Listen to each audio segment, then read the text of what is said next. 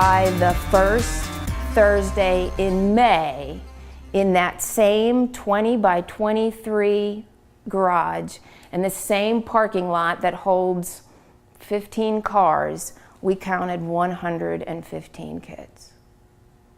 So 115 kids was completely unmanageable. It averaged about 80. A church that had started the ministry had withdrawn. It was not something they felt like they could be involved in. They took Greg right back to the church and they said, "You can't go there anymore." And Matt and I and 4 other people were literally left standing here going, what do we do? We were scared. We were scared because we had no plan. But we were so engaged because God had such a grip on us in a new and really powerful way. God never gave us a plan. I mean, He never showed us what was coming. And nobody ever showed up and said, "I have a vision for this ministry." We were experiencing the Holy Spirit intimately in our own lives in a way that we never had. And that changed us. Absolutely, He was the fuel behind doing this week after week after week. This idea of really relying on the Holy Spirit talking to me to do the next right thing was both foreign but exhilarating. We felt like you're on the edge of a diving board.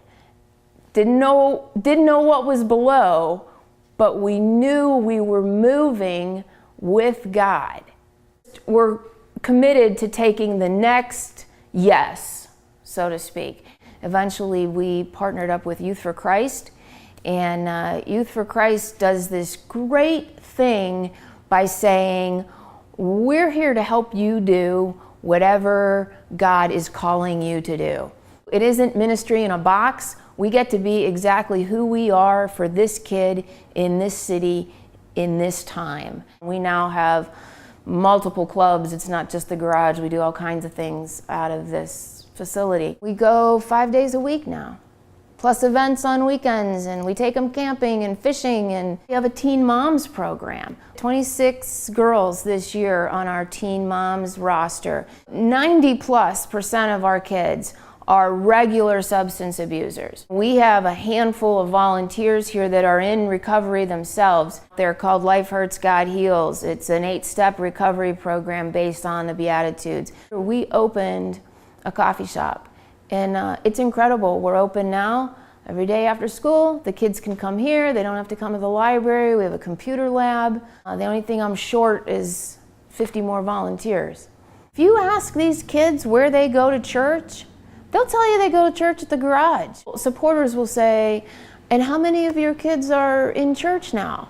And I will say, 50 of them every Thursday at the garage. But as far as like really discipling, walking through what it means to walk with Christ, teaching them why the Bible can be trusted, teaching them why their culture has sold them a lie for the last 25 years and nobody's saying that out loud.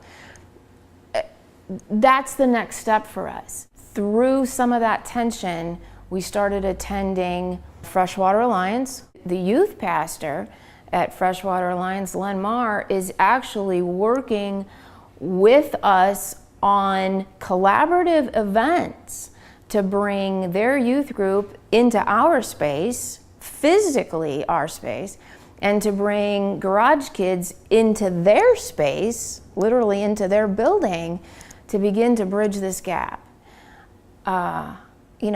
It's awesome. A couple days ago, we had a baptism service at my house. God allows that to happen at my house. And we baptized 7 kids who said, "Yeah, I think Jesus is the way to go." And sometimes that's all they can verbalize because they don't know all that Christianese garbly-goop that we know, but they know they want a different way and they know they're willing to try Jesus.